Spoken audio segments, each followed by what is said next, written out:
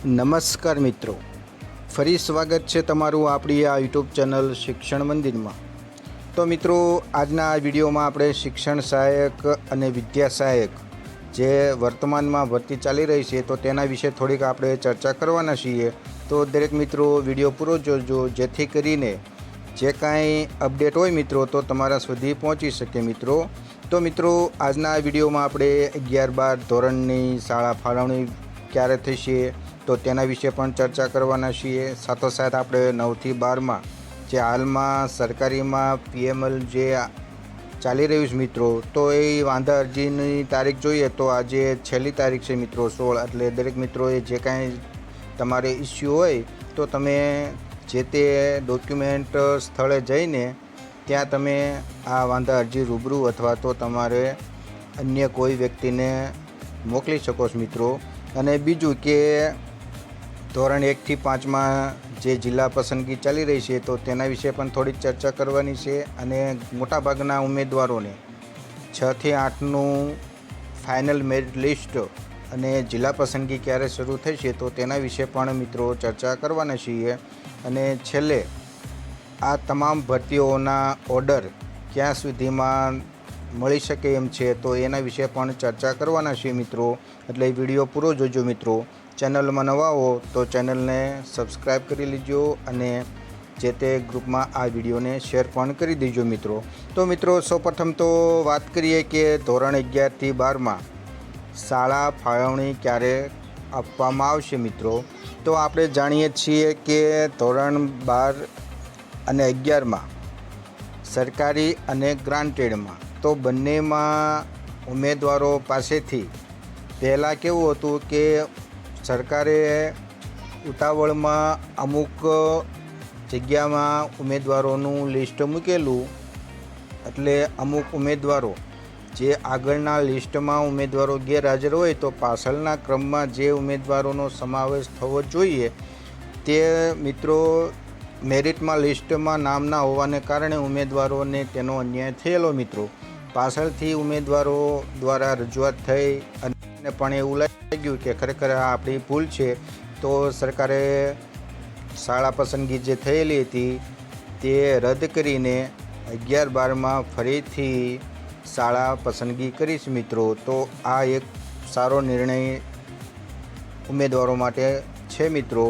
તો આપણે જાણીએ છીએ કે જે રીતના સરકારે ક્રમિક ભરતી કરવાની જાહેરાત કરી હતી મિત્રો, તો હાલમાં એવું જોતા લાગે છે કે ક્રમિક ભરતી પાટે ચડી હોય એવું આપણે દેખાયા હોય છે મિત્રો। વચમાં આપણે જોઈએ તો સરકારનું જે કાંઈ જાહેરાત અને શેડ્યુલ હતું એ પ્રમાણે જોતાં એવું લાગતું હતું કે પહેલાં પ્રાથમિકનું ભરતી થઈ જશે અને ત્યારબાદ 9થી 12ની ભરતી થશે મિત્રો। પરંતુ જે રીતના ઉમેદવારોની રજૂઆત જોતાં સરકારે 9થી 12ની જે ભરતી પ્રોસેસ છે મિત્રો એ ઝડપી કરી છે મિત્રો। તો આ રીતે જોઈએ તો 11-12માં ઉમેદવારો દ્વારા શાળા ફાળવણી એટલે કે પસંદગી થઈ ગઈ છે।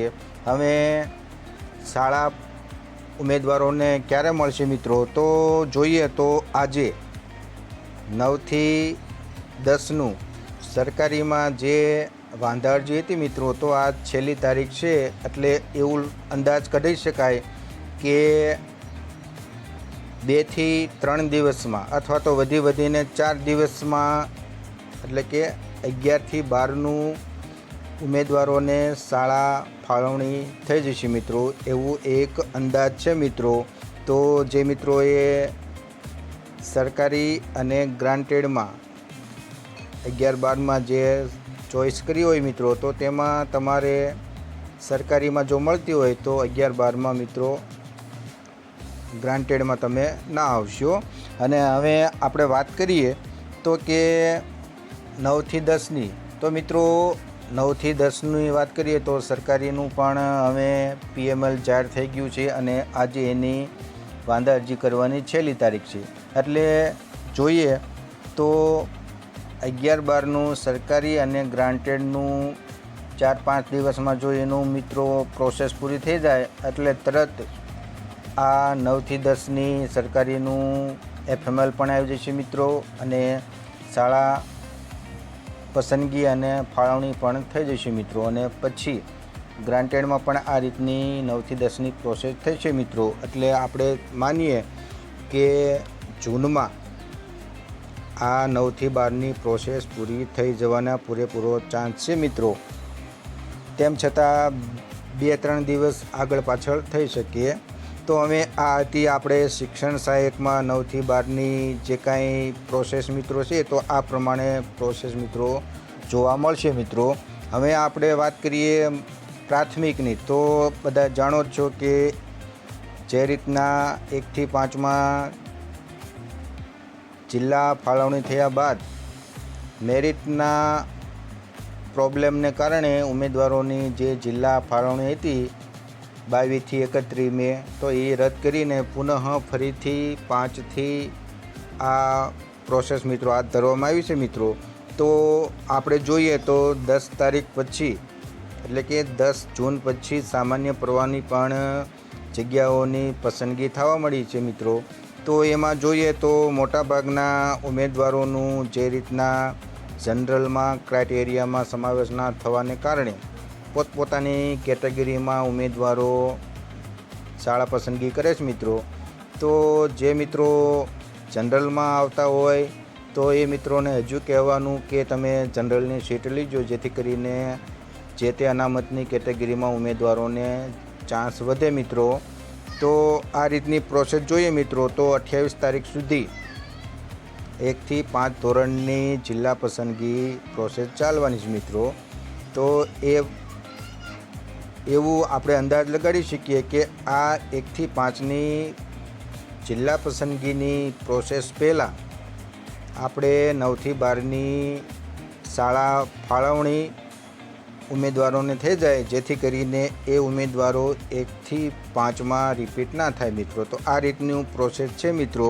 હવે દરેક મિત્રોને ખાસ કરીને ઘણા બધા મિત્રો મેસેજ અને કોલ આવે છે કે વિદ્યા સહાયકમાં 6થી 8નું ફાઇનલ મેરિટ લિસ્ટ ક્યારે આવશે. તો મિત્રો આમાં જે ભરતીનું જો છેલ્લો પ્રોસેસ હોય મિત્રો, તો એ મિત્રોને વધારે લાભ થવાનો પૂરેપૂરો ચાન્સ છે મિત્રો. એટલે આટલો ટાઈમ આપણે ભરતી માટે રાહ જોઈ છે, તો વધુ એકાદ મહિનો આપણે રાહ જોઈ મિત્રો, જેથી કરીને જે મિત્રોનું મેરિટ નીચું છે તો એ મિત્રોને પણ આ ભરતીમાં એમનો છેલ્લો ચાન્સ હોય મિત્રો, તો એ પણ લાગી શકે મિત્રો. એટલે જોઈએ તો 9થી 12ની સરકારી ગ્રાન્ટેડની પ્રોસેસ પૂરી થઈ જાય, 1થી 5ની જિલ્લા પસંદગી પૂરી થઈ જાય, તો આ ઉમેદવારો મોટા ભાગે જોઈએ તો 6થી 8માં એ ઉમેદવારો આવશે નહીં મિત્રો. એનું કારણ છે કે 6થી 8માં આમ જોઈએ તો હવે સરકારના જે રીતના કાર્યક્રમ પ્રમાણે, કેલેન્ડર પ્રમાણે આગામી વર્ષોમાં આ ભરતી 6થી 8માં આવવાની ચાન્સ ઓછા છે મિત્રો. તો સ્વાભાવિક છે કે તેમાં બદલીના પણ ચાન્સ ઓછા મળે મિત્રો. તો આ ઉમેદવારો 1થી 5 હોય કે 9થી 10 હોય, તો એ ઉમેદવારોને ભરતી પણ આવશે અને એમને ચાન્સ પણ બદલીના વધારે છે. એટલે એ મિત્રો 6થી 8માં આવવાના ચાન્સ એમને ઓછા છે. એટલે જોઈએ તો 28 તારીખ આજુબાજુ આ 1થી 5ની જિલ્લા પસંદગી થઈ જાય પછી 6થી 8નું ફાઇનલ મેરિટ લિસ્ટ મિત્રો આવશે. કારણ કે આપણે જાણીએ છીએ કે 1થી 5ની જે જિલ્લા પસંદગી ચાલે છે, તો તે જગ્યાએ જ 6થી 8ની પ્રોસેસ મિત્રો જિલ્લા પસંદગી કરવાની છે. એટલે સરકારને એકી સાથે 1થી 5ના અને 6થી 8ના ઉમેદવારોની જગ્યા, એટલે કે તેમને જિલ્લા ફાળવણી કરવી મુશ્કેલ છે મિત્રો. તો એમાં અવ્યવસ્થા સર્જાઈ શકે મિત્રો. એટલે 1થી 8ની પ્રોસેસ પૂરી થશે એટલે તરત આ 6થી 8ની જૂનના એન્ડમાં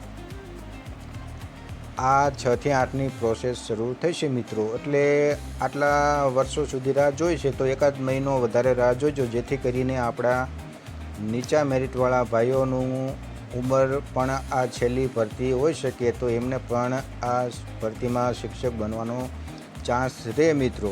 તો આ રીતનું જોઈએ તો 1 થી 12નું આ રીતનું પ્રોસેસ મિત્રો ચાલે છે. તે પરથી એવું કહી શકાય કે ચોક્કસ 9 થી 12ની પ્રોસેસ પહેલાં પૂરી થશે અને ત્યાર પછી પ્રાથમિકની પ્રોસેસ પૂરી થશે મિત્રો.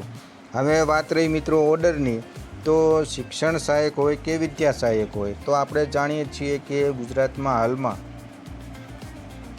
આચારસંહિતા હોવાને કારણે કોઈ નવી ભરતી ના પાડી શકીએ કે નવો ઓર્ડર પણ ના આપી શકીએ મિત્રો. એટલે જોઈએ તો 28 તારીખ આજુબાજુ આપણી ચૂંટણીની આચારસંહિતા પૂરી થાય છે મિત્રો, જેથી કરીને જુલાઈમાં પહેલા વીક કે એન્ડના મહિનામાં આ ઓર્ડરની પ્રોસેસ શરૂ થશે મિત્રો. એટલે દરેક મિત્રોએ જુલાઈની આશા રાખવી મિત્રો કે જુલાઈમાં તમને 1 થી 12 સુધીના ભરતીના તમામ ઉમેદવારોને ઓર્ડર મળવાની શક્યતા છે મિત્રો. જૂનમાં નથી, એનું કારણ છે કે આચારસંહિતા ચાલે છે મિત્રો એ ભરતીમાં. તો કે સૌપ્રથમ 11-12ની સરકારી ગ્રાન્ટેડની પ્રોસેસ પૂરી થશે અને ત્યાર પછી 9 થી 10ની ગ્રાન્ટેડ અને સરકારીની પ્રોસેસ શરૂ થવાની છે મિત્રો. તો બીજી બાજુ જોઈએ તો પ્રાથમિકમાં પણ 1 થી 5ની જિલ્લા પસંદગી ચાલી રહી છે મિત્રો, તો એ પણ એન્ડમાં છે મિત્રો. તો હવે જુલાઈમાં 6 થી 8નું ફાઇનલ મેરિટ લિસ્ટ આવશે મિત્રો અને ઓર્ડર પણ જુલાઈમાં દરેક ઉમેદવારોને સિલેક્શન થવાવાળા ઉમેદવારોને ઓર્ડર મળશે મિત્રો. તો આ રીતની પ્રોસેસ રહેવાની જ મિત્રો. હવે તમારા ખ્યાલ પ્રમાણે જો આમાં કોઈ પ્રોસેસ, કઈ ભરતીની પ્રોસેસ ક્યારે પૂરી થશે, તો એ જો તમને ખ્યાલ હોય મિત્રો તો તમે કમેન્ટમાં તમારો વિચાર રજૂ કરી શકો છો, જેથી કરીને આપણા ટેટાટ ભાઈઓ બહેનોને એ માહિતી મળે મિત્રો. તો આશા રાખું કે આ વિડીયો તમને પસંદ પડ્યો હશે. જે કાંઈ નવી અપડેટ હશે મિત્રો તો આપણે આપણી ચેનલમાં મૂકતા રહીશું. તો વિડીયો પસંદ પડે તો વિડીયોને એક લાઇક આપી દેજો, વિડીયોને શેર કરી દેજો અને આવી જ ટેટાટ ભરતીની માહિતી મેળવવા માટે ચેનલમાં જોડાયેલા રહેજો. મળીએ નવા વિડીયોમાં નવી જ માહિતી સાથે. જય હિન્દ, જય ભારત મિત્રો.